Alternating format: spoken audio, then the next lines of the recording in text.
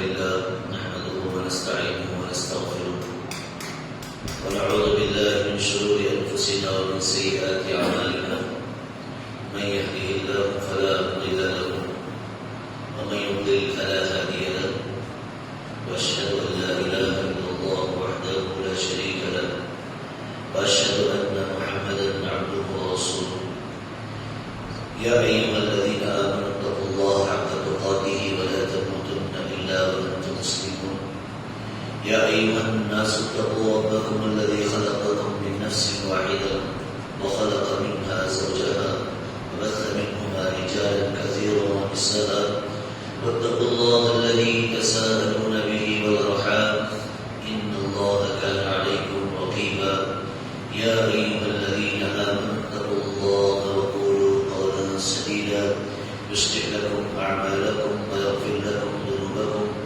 ومن يطع الله ورسوله فقد فاز فوزا عظيما أما بعد فإن خير الحديث كتاب الله وخير الهدي هدي محمد صلى الله عليه وسلم وشر الأمور محدثاتها وكل محدثة بدعة وكل بدعة ضلالة وكل ضلالة في النار فأعوذ بالله السميع العليم من الشيطان الرجيم بسم الله الرحمن الرحيم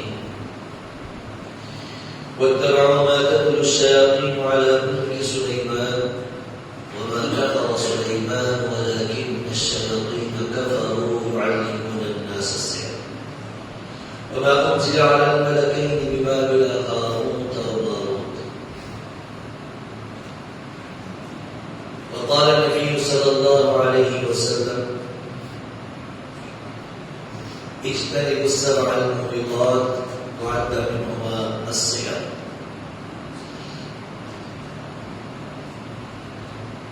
محترم حاضرین جمعہ بزرگوں اور نوجوان ساتھی ساری تعریفیں اللہ رب العالمین کے لیے ہی ہے صلاۃ و سلام نبی اکرم جناب محمد رسول اللہ صلی اللہ علیہ وآلہ وسلم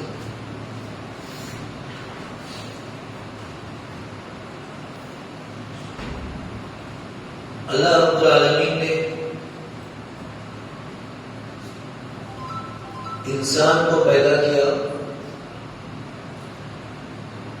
اور پھر اس کی پیدائش اور اس کی موت کو آزمائش قرار دیا الذي خلق الموت والحياة ليبلوكم أيكم أحسن عملا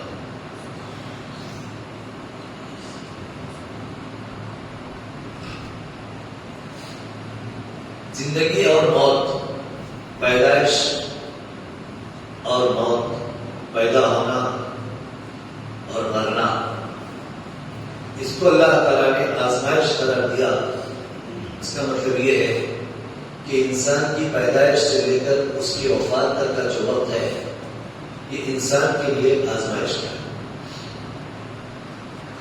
آزمائش مختلف قسم کی ہو سکتی ہے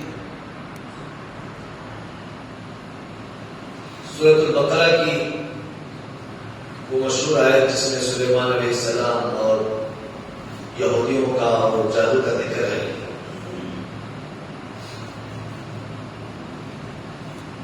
جس میں دو فرشتوں کے جادو سکھانے کا ذکر ہے وہاں پر بھی اللہ تعالیٰ نے کہا کہ وَمَا يُعَلِّمَانِ مِنْ أَحَدٍ حَتَّىٰ يَقُولَا إِنَّمَا نَحْنُ فِتْنَةٌ یہ کسی کو اس وقت تک نہیں سکھاتے تھے جب تک کہ وہ یہ نہ کہتے کہ ہم تمہارے لیے آزمائش تم کفر مت کرو یعنی جادو کو بھی اللہ رب العالمین نے قرآن مجید میں آزمائش قرار دی جادو سیکھنے جو سیکھتا ہے سکھاتا ہے اور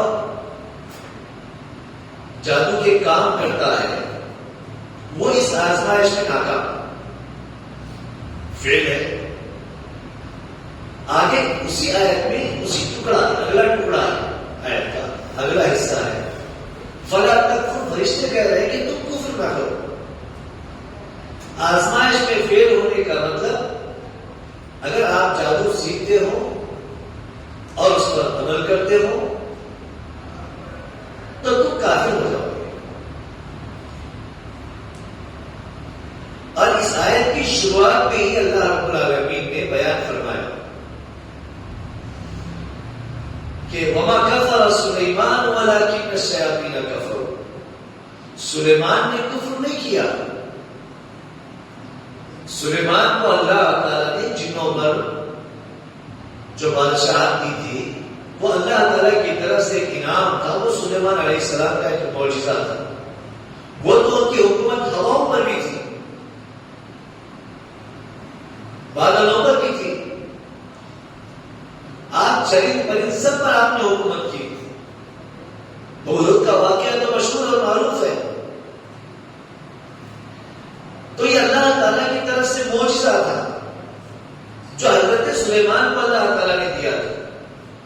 لیکن یہودیوں نے سلیمان علیہ السلام پر الزام لگایا کہ نعوذ باللہ سلیمان علیہ السلام جادو سکھا کر, جادو کے ذریعے سے اس پر ساری چیزوں پر حکومت کیا. تو اللہ تعالیٰ نے اس سوال کا جواب بھی دیا اور کہا کہ سلیمان نے کفر نہیں کیا. کفر تو ان لوگوں نے کیا جو لوگوں کو جادو سکھایا کرتے. معلوم یہ ہوا کہ جادو سیکھنا اور سکھانا کفر ہے. عربی زبان میں سحر کہا جاتا ہے جادو کو, جس کا مطلب اندھیرا, یا یوں سمجھیے کہ اس کو اگر انگلش میں ٹرانسلیشن کریں تو الجھاؤ, اس کو ایلیوژن جس کو بولتے ہیں انگلش میں, الجھانا. جادو میں عموماً انسان کو الجھا دیا جاتا ہے, اس لیے اس کو جادو کہا جاتا ہے, سحر کہا جاتا ہے. سامنے والے کو الجھن میں مبتلا کر دیا. اس کا سیکھنا اور سکھانا دونوں حرام. جب سیکھنا حرام ہے تو کرنا بھی حرام. بات واضح. اگر کوئی شخص جادو سیکھتا ہے یا جادو کرتا ہے تو اسلامی شریعت میں حضرت عمر رضی اللہ عنہ کو بیان فرماتے ہیں کہ حد الساحر ضربۃ بالسیف. جادوگر کی سزا اس کی گردن اڑانا ہے.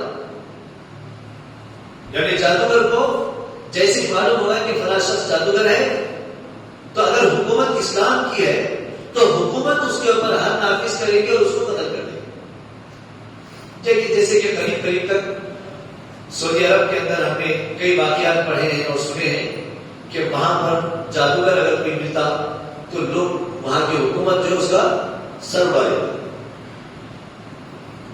ابھی قتل کے قوانین پر انٹرنیشنل بہت ساری جو ہے پالیسیز ہیں جس کی وجہ سے بہت حد تک اتنا عمل وہاں نہیں ہو رہا ہے. لیکن قصاص کے بدلے وہاں قتل آج بھی ہوتا ہے.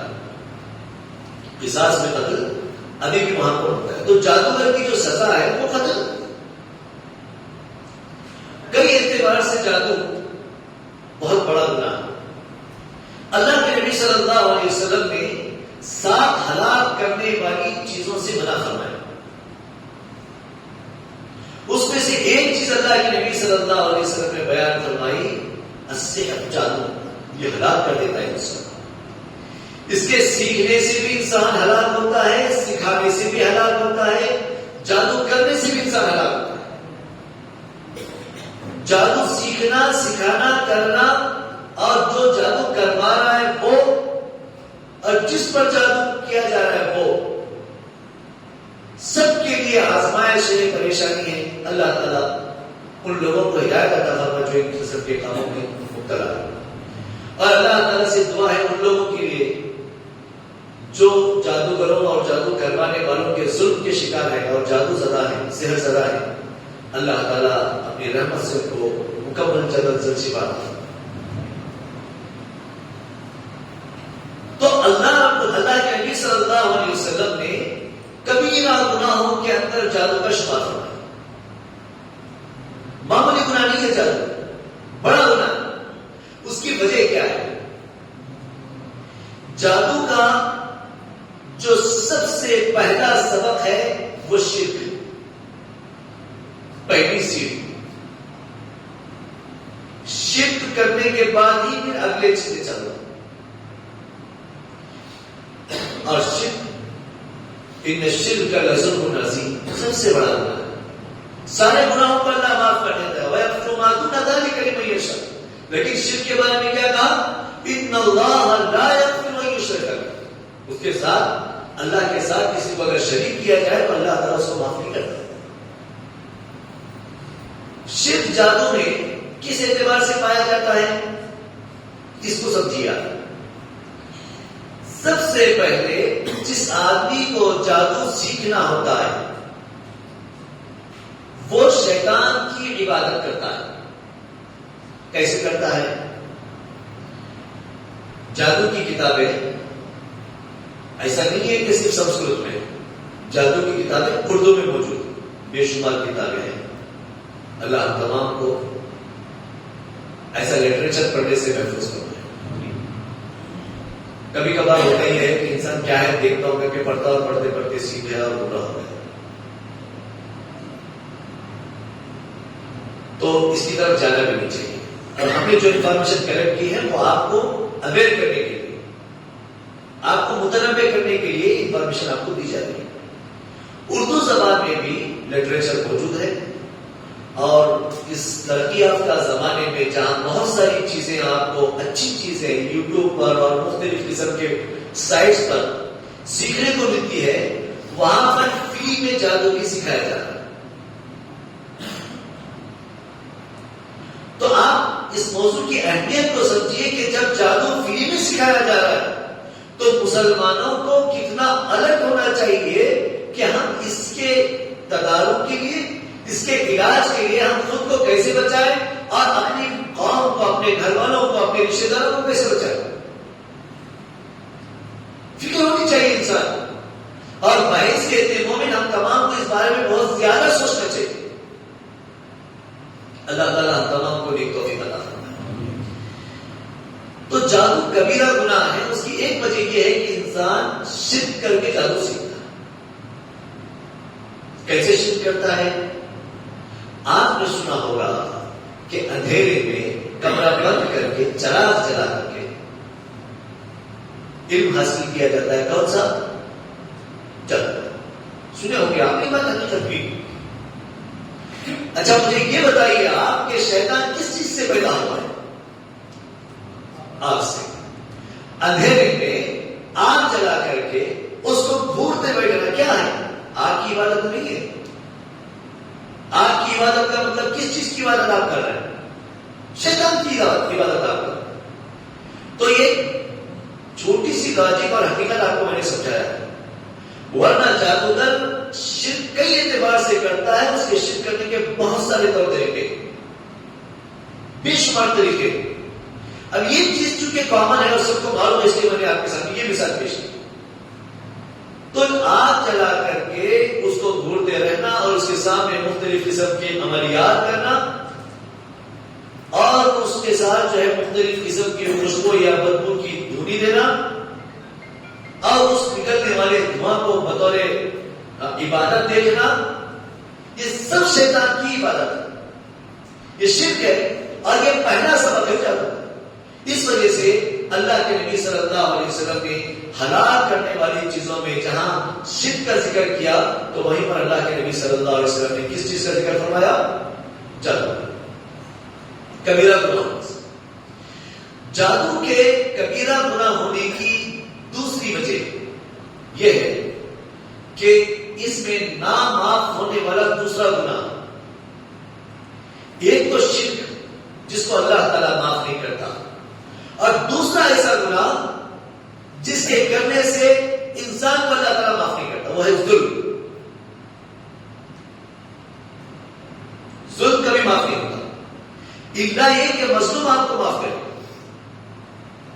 آپ نے، اللہ تعالیٰ ہم سب کو محفوظ رکھے ایسے گناہوں سے، کسی شخص نے کسی کی زمین ہتھیا لی، کسی پر ظلم کیا، کسی کا پیسہ چرا لیا، کسی کی عزت پر حملہ کیا، کسی کو مارا، کسی کو توڑا. ظلم کی جتنی ویرائٹیز ہے اس میں شامل کر لیجیے. ظلم اگر کسی پر آپ کرتے ہیں اور مظلوم کسی کی قیمت پہ آپ نے کی تو ظلم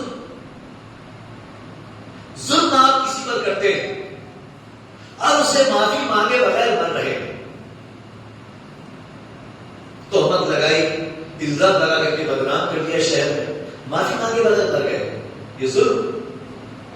اور اس کو اللہ تعالیٰ اس وقت تک معاف نہیں کرتا جب تک کہ مظلوم آپ کو معاف نہ کرے. جادو میں ظلم نہیں ہے. جس شخص پر جادو کیا جاتا ہے وہ کسی بھی اعتبار سے تکلیف میں آئے وہ مظلوم. کوئی شخص کسی سے محبت نہیں کرنا چاہتا ہے، جادو کر کے اس کو محبوب بنا دیا گیا. کوئی شخص کسی کو بہت چاہتا ہے، جادو کر کے اس کے اندر نفرت پیدا کر دی گئی.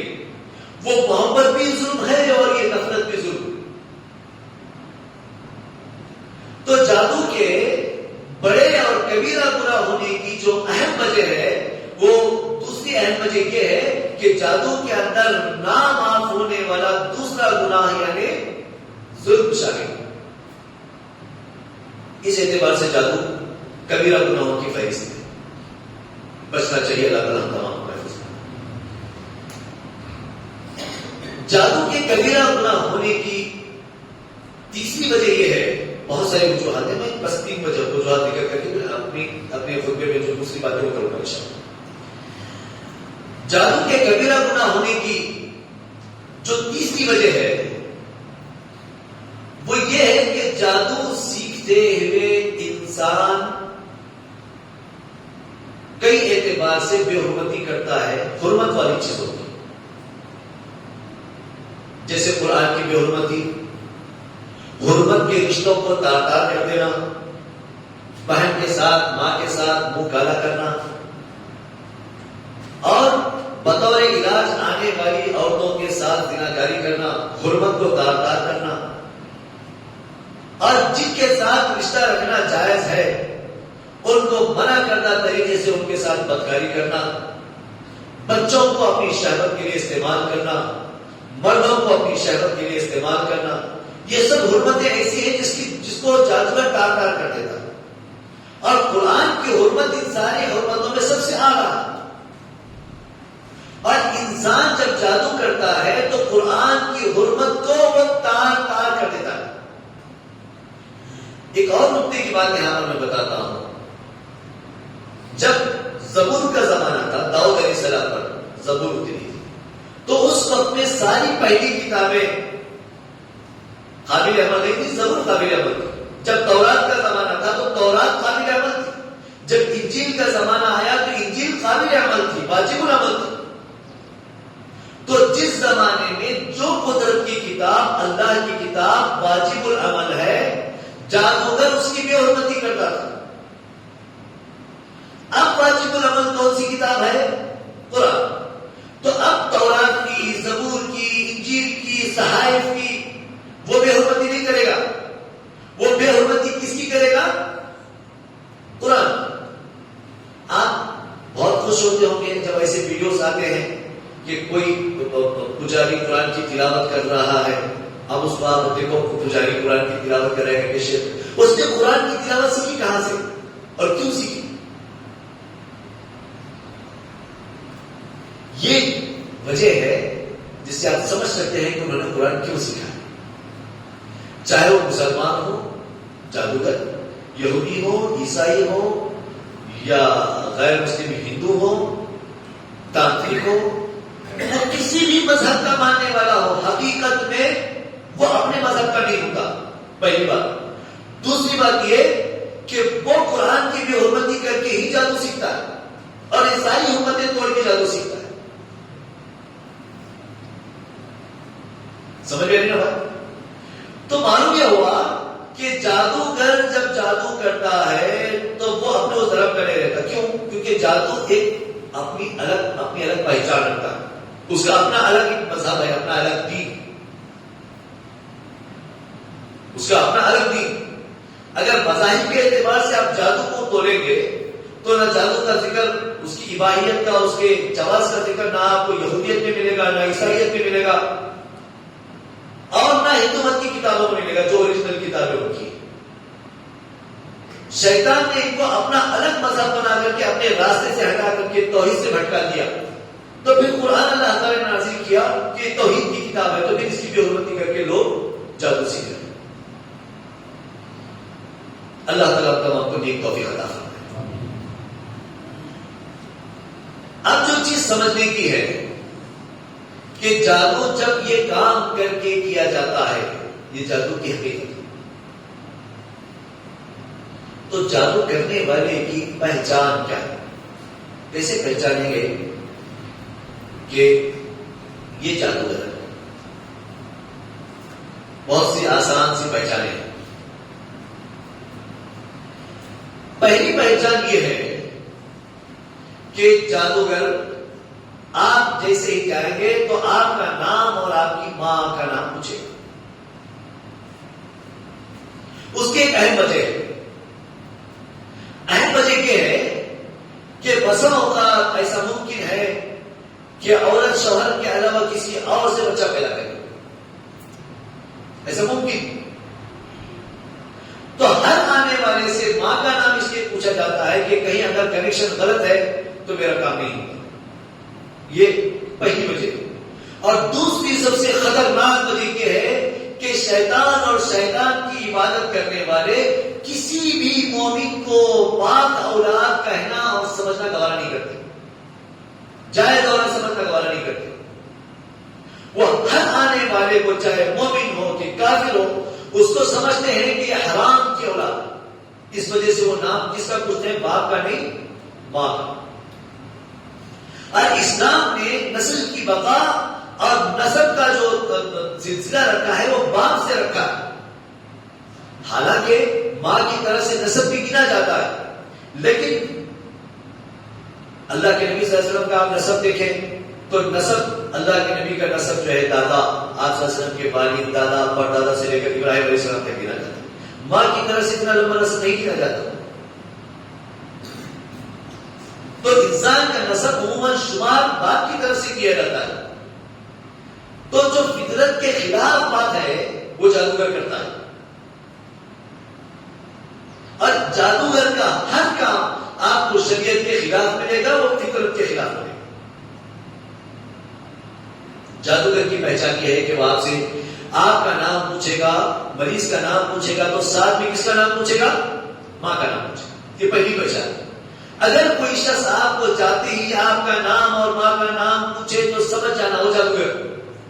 دوسری وجہ یا دوسرا سبب یا دوسرا طریقہ جس سے آپ جادوگر کو پہچان سکتے ہیں وہ یہ ہے کہ بطور علاج جب آپ وہاں جاتے ہیں تو آپ سے مختلف قسم کی ایسی چیزیں وہ مانگتا ہے جس سے آپ کی پسینے کی مہک اس کو لگے۔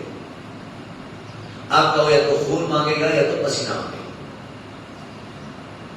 عورتیں اگر جاتی ہیں تو ان کے وہ مینسس کے پیڈ مانگے گا، یہ کھل کر بولنا ضروری ہے، وہ مانگے گا اور ضرور مانگے گا، کیونکہ اس کو اسی سے کام۔ انسان کے جسم سے لگا ہوا کوئی بھی حصہ،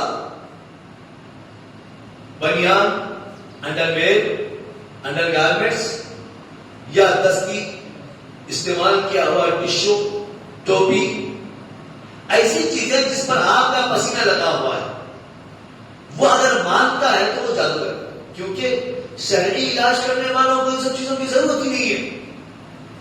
جو شخص شریعت کا علاج کرتا ہے، رقیہ کرتا ہے یا اسلامی طرز پر علاج کر رہا ہے، ان کو ان سب چیزوں کی ضرورت نہیں ہے۔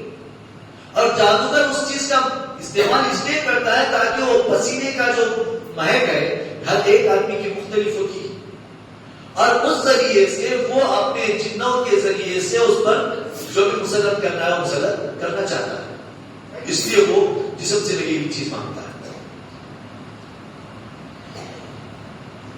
یہ ایک وجہ ہے جس سے آپ جادوگر کو پہچان سکتے ہیں۔ تیسری وجہ یہ ہے کہ جادوگر اگر استعمال کے لیے کچھ چیزیں دیتا ہے یا معالج اگر دیتا ہے تو وہ جادوگر، جیسے مثال کے طور پر کوئی چیز جلانے کے لیے دے رہا ہے، کوئی چیز وہ گاڑنے کے لیے دے رہا ہے، جسم سے مسل کر پھینکنے کے لیے دے رہا ہے، ریت مسل کر سرانے رکھ کر سونے کے لیے دے رہا ہے، ٹھیک ہے، یا لیمو دے رہا ہے، تعویذ دے رہا ہے، یا ناریل دے رہا ہے، کوئی چیز اپنے ساتھ رکھنے کے لیے دے رہا ہے، باندھنے کے لیے دے رہا ہے، تو یہ جادو کی پہچان۔ تو جہاں بھی آپ جاتے ہیں بطور علاج، تو آپ غور کر کے دیکھیے اور سوچ کر کے دیکھیے کہ یہ سب چیزیں اس کے اندر شامل ہے یا نہیں ہے۔ اور جب وہ شخص یہ سب چیزیں پوچھ لے تو سمجھ جانا کہ جادوگر ہے، آپ خاموشی سے مسئلہ کیا ہے۔ کیونکہ ایسے شخص کے پاس جو کہانت کا دعویٰ کرے، غیب کے علم کا دعویٰ کرے، وہاں بیٹھنا بھی منع ہے۔ اللہ کے نبی صلی اللہ علیہ وسلم نے فرمایا من اتی کاہنا او عرافا، کہ جو کسی کاہن یا عراف کے پاس جائے اور اس سے کچھ چیزیں پوچھے اور اس کی باتیں سنے، مانے نہیں، بنا مانے کے صرف سن کر آتا ہے، لم تقبل له صلاة 40 لیلہ، 40 روز نماز قبول نہیں ہوتی اس کی۔ صرف جادوگر کے پاس آپ جا کر کے بیٹھ کر بات کر رہے ہیں۔ اگر اس کی بات مانیے کہ جو بولے بالکل صحیح بولے، تو کیا ہوا؟ فقط کفر بما انزل علی محمد، محمد صلی اللہ علیہ وسلم کے اوپر نازل ہونے والی شریعت سے وہ کافر ہو گئے۔ تو لہذا یہ بات سمجھنا ضروری ہے کہ جادوگر کے پاس جانے کے بعد جب جادوگر آپ سے یہ سب چیزیں پوچھتا ہے تو فوراً اٹھ جاؤ وہاں سے، اگلی باتیں مت سنو، نہیں صاحب ٹھیک ہے سر سلام مت کرو، نہیں شکریہ گزار ہے۔ ہاں اگر آپ اس کو نصیحت کر سکتے ہیں تو کرو، نہیں کر سکتے آپ کے پاس طاقت ہے تو خاموشی سے نکل جاؤ، کیونکہ آپ نے برائی کو برا جانا ہے اور ایمان کا کمترین حصہ ہے۔ اللہ تعالیٰ تمام کو نیک توفیق عطا فرمائے۔ اب جادو کی اقسام بھی بہت ہیں اور اہم ہے، بات کافی لمبی ہو جائے گی، تو مختصر سا میں آپ کے سامنے 2-3 باتیں ذکر کروں گا، اس کو سمجھیے۔ اللہ تعالیٰ تمام کو نیک توفیق عطا فرمائے۔ جادو کی پہلی قسم ہے جادو برائے علاج۔ جادو برائے علاج، اور اس میں جو بھی چیز دی جاتی ہے وہ 3 کی عدد میں دی جاتی ہے۔ آپ کو دھاگا باندھنے کے لیے تو اس میں 3 کانٹے لگے ہوئے، 3 گرہ لگائے ہوئے ہو۔ آپ اگر تعویذ کھولے ہو کسی کی، آئندہ جب کھولیں گے تو اس پر اگر گرہ لگے تو اس کو گن لیجیے، 3 گاٹیاں ہوں گی، 5 ہوں گی، 7 ہوں گی، 9 ہوں گی، 11 ہوں گی یا 15 ہوں گی۔ یہ چیز آپ کو اس لیے بتا رہا ہوں تاکہ جب آپ سامنے والے کی تعویذ کھولیں اس کو شرک کی مذمت بتانے کے ساتھ ساتھ اس کو یہ بھی سمجھائیں کہ تو نے اپنے آپ پر جادو کر لیا، اس کو سمجھانا ضروری۔ بطور علاج جو جادو دیا جاتا ہے اس میں 3 کا عدد عام طور پر استعمال ہوتا ہے، اور باقی جو تعویذ دی جاتی ہے اس میں آنکڑے مختلف قسم کے ہوتے ہیں، اب اس پر گفتگو کرنے کا یہ وقت نہیں ہے۔ بطور علاج جو تعویذ دی جاتی ہے، ویسے تعویذ کا استعمال تو شرک ہے، اس پر آپ کو سب بہت کچھ معلومات ہیں۔ بطور استعمال جو تعویذ دی جاتی ہے بطور علاج، وہ تعویذ کے اندر آپ کو بسم اللہ لکھے گا اور الحمدللہ رب العالمین اور مختلف قسم کی آیتیں اور سب کچھ لکھا ہوا ہوگا، ساتھ میں کچھ نمبرات لکھے ہوں۔ وہ نمبرات دراصل شیطان کی عبادت اور شیطانوں سے مدد پر شامل ہوتے ہیں، اور اس کو کہاں لکھا اس نے؟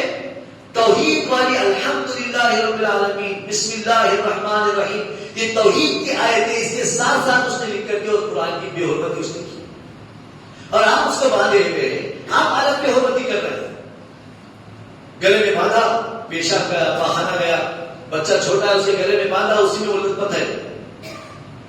میاں بیوی شادی شدہ اپنی زندگی اسی کو باندھ کر کے گزار رہے ہیں، بتاؤ آپ قرآن کی بے حرمتی نہیں کر رہے؟ اور جادوگر کا جو ہم سبق بتائے تھے جو حرمت کو تار تار کرتا ہے وہ آپ سے بھی کروا رہا ہے، وہ آپ سے بھی کروا رہا ہے۔ تو لہذا جادو کی جو پہلی قسم ہے جادو برائے علاج، دوسری جو جادو کی قسم ہے جادو برائے بندش و حفاظت۔ بندش کرائے ہم گھر کی تو کیا کرتا ہے، 4 ہنڈیاں دیتا ہے تو 5 ہنڈیاں دیتا، 4 یا 5 کیلے دیتا ہے، 1 کیلا اپنے پاس آپ کے نام سے مار دیتا ہے، لیکن عموماً استعمال ہوتے 5۔ آپ کی حفاظت کی اس نے تعویذ دی تو اس میں 5 کا عدد وہ استعمال کرے گا، 5 گیٹیاں ہوں گے۔ یہ چیزیں آپ کی حفاظت تو کرنے والی نہیں ہے، اور پہلے جو جادو کی قسم ہے اس سے آپ کو شفا بھی ملنے والی نہیں ہے۔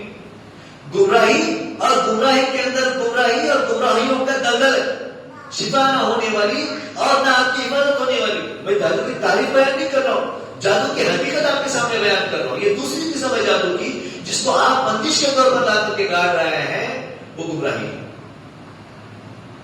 جادو کی تیسری قسم ہے جادو برائے محبت. بہت تفصیلات ہے اس کے اندر، لیکن آپ کو مختصر سمجھ ذکر کر. برائے محبت، شوہر نہیں مان رہا، بولے جیسا نہیں سن رہا، بیگم صاحبہ رہتے ہمارے آدمی کو بولے ایسا سنے ایسا کرو، اور وہ بیچارہ بلی کے جیسا رگڑ لیتے پھرتا اس کے اوپر، کیونکہ اس کے اوپر جادو کر دیا. اگر وہ نیک ہے، پابند ہے، تو پھر اس پر جادو نہیں ہوگا. کیا پابندیاں ہیں؟ وقت پر اللہ کی توحید کو مضبوطی سے پڑھو، وقت پر نماز ادا کرو، صبح اور شام کی دعاؤں کا اہتمام کرو، اور قرآن جتنا پڑھ سکتے ہیں سورۃ البقرہ اور سورہ آل عمران کی زیادہ تلاوت کرو. اگر جو شخص ان چیزوں کی پابندی کرے گا اس پر جادو کا اثر نہیں ہوگا، اور جس پر اثر ہوا ہے وہ ان کی پابندی کرے گا تو امید اللہ تعالیٰ سے کہ اللہ تعالیٰ آپ کے لیے آسانی کرے گا. لیکن جو پہلے سے پروٹیکٹڈ ہے اس پر جادو نہیں ہوگا انشاءاللہ. اگر کوئی پہلے سے افیکٹڈ ہے، معلوم ہونے کے بعد وہ پابندی کر رہا، تو امید ہے اللہ تعالیٰ سے کہ اللہ تعالیٰ آپ کے لیے آسانیاں پیدا کرے اور اللہ تعالیٰ ممکن ہے کہ شفا بھی آپ کو دے. اللہ کی ذات سے امید رکھیے.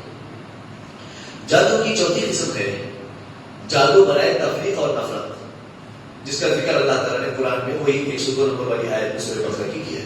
میاں بیوی میں تفرقہ ڈالنا، ایسے ہی دو بھائیوں میں درار ڈالنا، بھائی بہن میں درار ڈالنا، بیٹا آپ کو ماں باپ سے الگ کر دینا. عام طور پر عورتیں اپنے شوہروں پر جادو جو کرتے ہیں، اپنے سے محبت کا، دوسرا اپنے بہن بھائی اور ماں باپ سے نفرت. کہ کس کو بھی نہیں چاہنا میرے ساتھ رہنا، اور جو بھی کمانا میرے کو دینا، اپنے ماں باپ پہ خرچہ نہیں کرنا. یہ مسلمان عورتوں کی باتیں ہیں. اور کئی ایسے گھرانے ہیں، اللہ معاف فرمائے، اپنے ذاتی مفادات کے لیے، دنیاوی مفادات کے لیے لوگ غیر شرعی معالجین کے پاس گئے. توحید پرست لوگ جو پہلے سے توحید پرست، باپ توحید پرست، بیٹا توحید پرست، پوترا توحید پرست، خاندانی توحید پرست ہے. اب حسد کی آگ ایسی چل رہی ہے کہ یہ غیر شرعی معالجین کے پاس جا رہے ہیں، مسلمانوں کے پاس جا رہے ہیں، دیوبندیوں کے پاس جا رہے ہیں، مسلمانوں میں بریلویوں کے پاس جا رہے ہیں، درگاہوں پر جا رہے ہیں اپنے مفادات کے لیے. اور یہ تو ہوا اللہ اکبر، پنڈتوں کے پاس جا رہے ہیں، تانترکوں کے پاس جا رہے ہیں. اور ایسی میں ہماری باتیں نہیں کر رہا ہوں. اگر ان کے توبہ اور ان کی پرائیویسی کا ڈر نہیں ہوتا تو وہ ان سب کے نام بھی لیتا آپ کے سامنے. انہوں نے توبہ کی، جنہوں نے قبول کیا ہمارے سامنے کہ شیخ ہم فلاں جگہ جا کے علاج کر رہے تھے. انہوں نے بطور علاج جو کیا وہ اپنے آپ پر بھی انہوں نے جادو کیا. جادو برائے علاج آپ استعمال کر رہے ہیں. کس پر جادو کر رہے ہیں؟ آپ اپنے آپ پر کر رہے ہیں، حالانکہ علاج کے لیے کر رہے ہیں. جو جنات بطور علاج آپ جو گھول کر کے پی رہے ہیں چٹیاں زعفران کی، آپ کو پتا ہے کیا ہے؟ آپ سے زعفران کی ڈبی وہ منگائے گا، ڈبی آپ اپنے پاس رکھے گا. اس کے پاس اپنا ایک خاص قلم ہوتا ہے، پین ہوتا ہے. ہوتا ہے کہ آپ جا کے آؤ، میں لکھ کے دے دوں گا زعفران سے. وہ پین میں کیا ہوتا ہے معلوم؟ جو عورتوں سے وہ مینسز کے پیڈ منگاتا ہے نا، اس کا راڑا ہوتا ہے، گندگی خون، حیض کے خون سے وہ تعویذ لکھ کر کے دیتے ہیں. اور آپ بطور علاج استعمال کر رہے ہیں اس کو. آپ کی کسی بھی چیز جا رہی ہے تو وہ فائدہ پہنچے گی آپ کو گندگی کھلا رہا ہے، آپ سے گندی حرکتیں کروا رہا ہے. تو جادو کی چوتھی قسم نفرت کا جادو. یہ عورتیں جو ہے اپنے سے محبت کے لیے ماں باپ اور کیوں ہو رہا ہے؟ کیونکہ ان کو تقدیر پر ایمان نہیں ہے، اللہ تعالیٰ کی طرف سے جو مقدرات ہیں اس پر ایمان نہیں ہے. جادو کی پانچویں قسم ہے جادو برائے قتل. یہ جادو ہمارے نبی صلی اللہ علیہ وسلم پر کیا گیا.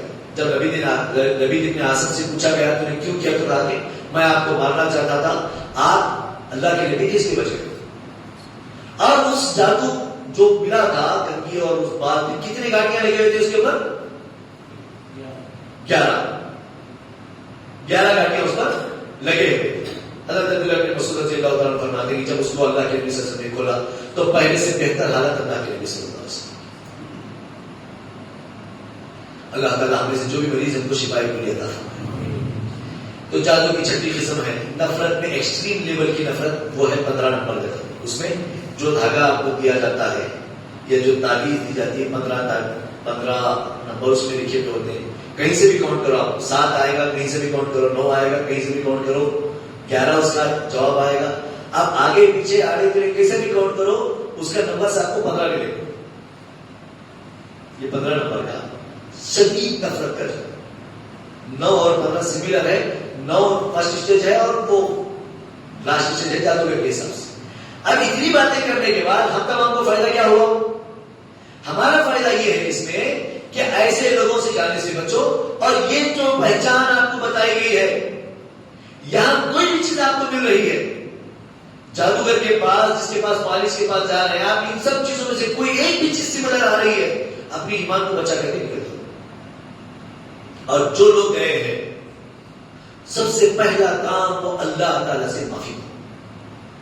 انجانے میں گئے ہوں گے, حسد کی آگ میں گئے ہوں گے, کسی سے نفرت میں آپ گئے ہوں گے, یا کسی سے شدید محبت کا اظہار کرتے آپ وہاں گئے ہوں گے. مقصد آپ کا جو بھی ہوگا, آپ بطور علاج گئے ہوں گے, بطور حفاظت گئے, جو بھی آپ کا مقصد ہوگا, آپ گئے ہیں یا آپ کی غلطی ہے اور اللہ تعالیٰ سے آپ کو معافی مانگنا ہے, ورنہ آپ کی موت کفر پر ہوگی. کیونکہ جادو کرنا, کروانا, یہ سب کفریہ کام, اس کو شروع سے ہم نے واضح کیا. تو جب یہ کفریہ کام ہے تو اسے توبہ بھی لازم. اللہ تعالیٰ مجھے اور آپ کو نیک توفیق عطا فرمائے, بیماروں کو شفا کو عطا فرمائے, پریشان حالوں کی پریشانی کو رب العالمین دور فرمائے. اللہ تعالیٰ اہل فلسطین کی مدد فرمائے, فلسطین والوں کی اللہ تعالیٰ ہر اعتبار سے مدد فرمائے. ہمارے دلوں میں جتنا درد اہل فلسطین کے لیے اس سے زیادہ درد اللہ رب العالمین رکھنے والا ہے. اے اللہ, ہم تیری رحمت کا واسطہ دے کر کے دعا کرتے ہیں کہ اللہ اہل فلسطین کی مدد فرما. رب العالمین کی بارگاہ میں عرض ہے کہ جو لوگ قرضوں کے لینے میں مبتلا ہیں اور بہت زیادہ ان کو قرض ہو چکا ہے, رب العالمین اپنی رحمت سے ان کے لیے آسانیاں پیدا فرما دے. رب العالمین سے دعا ہے کہ اللہ تعالیٰ جو بھی پیا ہے ان کے لیے دیدار جوڑ کر انتظام عطا فرما دے. اقول قولی هذا استغفر الله لي ولكم ولسائر المسلمين من كل ذنب فاستغفروه انه هو الغفور الرحيم. صلى الله عليه وسلم.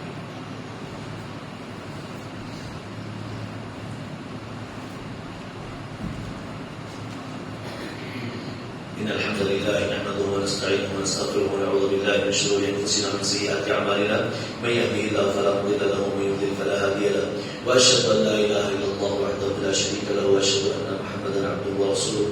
أما بعد فإن خير الكلام كلام الله, وخير الهدى هدى محمد صلى الله عليه وسلم, وشر الأمور محدثاتها, وكل محدثة بدعة, وكل بدعة ضلالة, والضلالة في النار.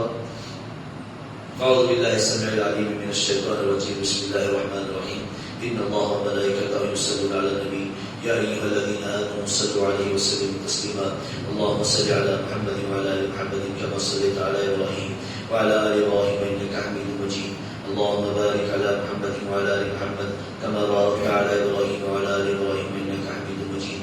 عباد الله رحمني ورحمكم الله, إن الله يأمركم بالعدل والإحسان وإيتاء ذي القربى وينهى عن الفحشاء والمنكر والبغي يعظكم لعلكم تذكرون. اذكروا الله يذكركم وادعوه يستجب لكم, ولذكر الله تعالى أعلى وأولى وعز وجل وأتم.